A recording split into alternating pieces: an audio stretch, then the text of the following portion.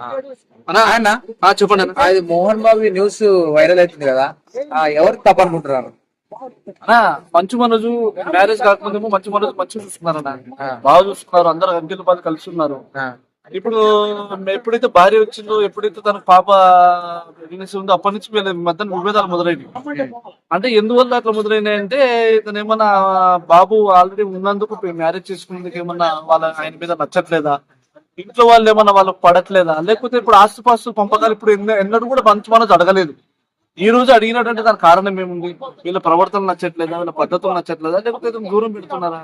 ఇప్పుడు already Mounika madam కి already బాబు ఉన్నాడు కదా, బాబు ఉన్న వ్యక్తిని చేసుకున్నందుకు ఏమన్నా ఇంట్లో వాళ్ళకి నచ్చలేదేమో అని నేను అనుకుంటున్నాను. నచ్చకపోవడం వల్ల ఏదో ప్రవర్తించి ఆయన బయటకు నెట్టారు, ఆల్రెడీ బయట పెట్టారు, మళ్ళీ లోపలికి వచ్చాడు.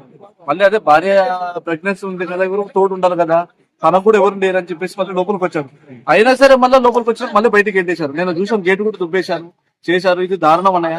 మోహన్ బాబు కూడా నలుగురు చెప్పే వ్యక్తి కాబట్టి మోహన్ బాబు గారికి అర్థం చేసుకుని తన కొడుకుని తన దగ్గర తీసుకొని, ఎటువంటిన్నా కానీ తన కొడుకు దగ్గర తీసుకుని కుటుంబ సమస్యలను పరిష్కారం చేసుకుని, మీడియా నాలుగు కోట్ల మధ్య జరిగే వ్యవహారాన్ని మీడియా ముందుకు తీసుకొచ్చి మీడియా మీద దురుసుగా ప్రవర్తించడం అనేది కరెక్ట్ కాదు. మీడియా వాళ్ళ మీద చేసుకోవడానికి ఆయనకు ఏం హక్కు ఉంది? మీడియా వాళ్ళు అంటే ఎవరు? మంచి చెడు అన్ని సమాచారాలు నలుదిక్కుల సమాచారాన్ని అందించే వ్యక్తులు మీడియా వాళ్ళు. వాళ్ళు పాకులాడతారు, తెల్లారుజామున రాత్రులు పగలు మీడియా వాళ్ళు ఎంత తాపత్రయపడుతున్నారు ఒక వార్త సేకరించడానికి. వాళ్ళ మీద నువ్వు దురుసుగా ఎలా ప్రవర్తిస్తావు? ఇంట్లో తల్లిదండ్రులే కనిపించే తల్లిదండ్రులే చేసుకోలేరు, మీరెవరు వాళ్ళని చేసుకోవడానికి? ఇది గట్టిగా మేము ప్రశ్నిస్తున్నాం సామాన్యులుగా.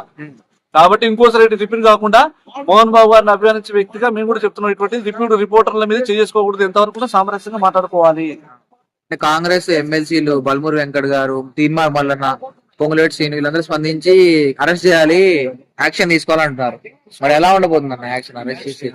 యాక్షన్ తీసుకోవాలి అని మనం అనకపోయినా, అప్పుడు అతను కూడా వరకుడి వేయి ఉన్న వ్యక్తి కాబట్టి, సమాజంలో అతను కూడా ఒక ఉన్నతమైన స్థానంలో ఉన్న వ్యక్తి కాబట్టి మేము తెలియపరిచేది ఏంటంటే, సామాన్యుడిగా మేము తెలియపరిచేది ఏంటంటే, మీడియా వాళ్ళు ఇంటికి వస్తారండి, ఇంటికి వచ్చినప్పుడు మీడియా వాళ్ళ మీద కాస్త మంచిగా మాట్లాడి రామనటువంటి మహానుభావులు తెల్లజాము 4 గంటలకు రిపోర్ట్లు ఇచ్చిన రోజులు ఉన్నాయి. మీరెంత మీరు మీడియా వాళ్ళ మీద దురుసుగా ప్రవర్తించడం మేము తీవ్రంగా ఖండిస్తున్నాం. అరెస్ట్ చేసే ఛాన్స్ ఏమైనా ఉందా అన్న? ఆయన కొట్టిరు కాబట్టి అరెస్ట్ చేసే ఛాన్సెస్ ఉండవు.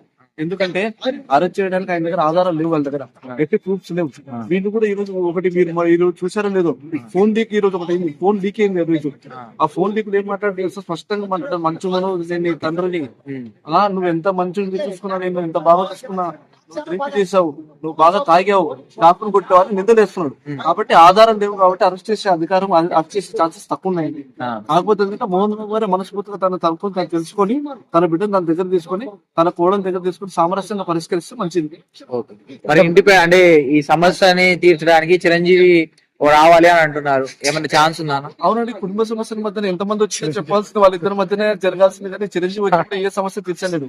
ఎందుకంటే చిరంజీవి కావాలి, చిరంజీవి ఇద్దరు కావాలి. కుటుంబ సమస్య కదండి, ఇది రాజకీయ సమస్య, చిరంజీవి మన కుటుంబ సమస్య కాబట్టి ఎవరు తీర్చడం, వాళ్ళ సమస్యను వాళ్ళు తీర్చుకోవాలి.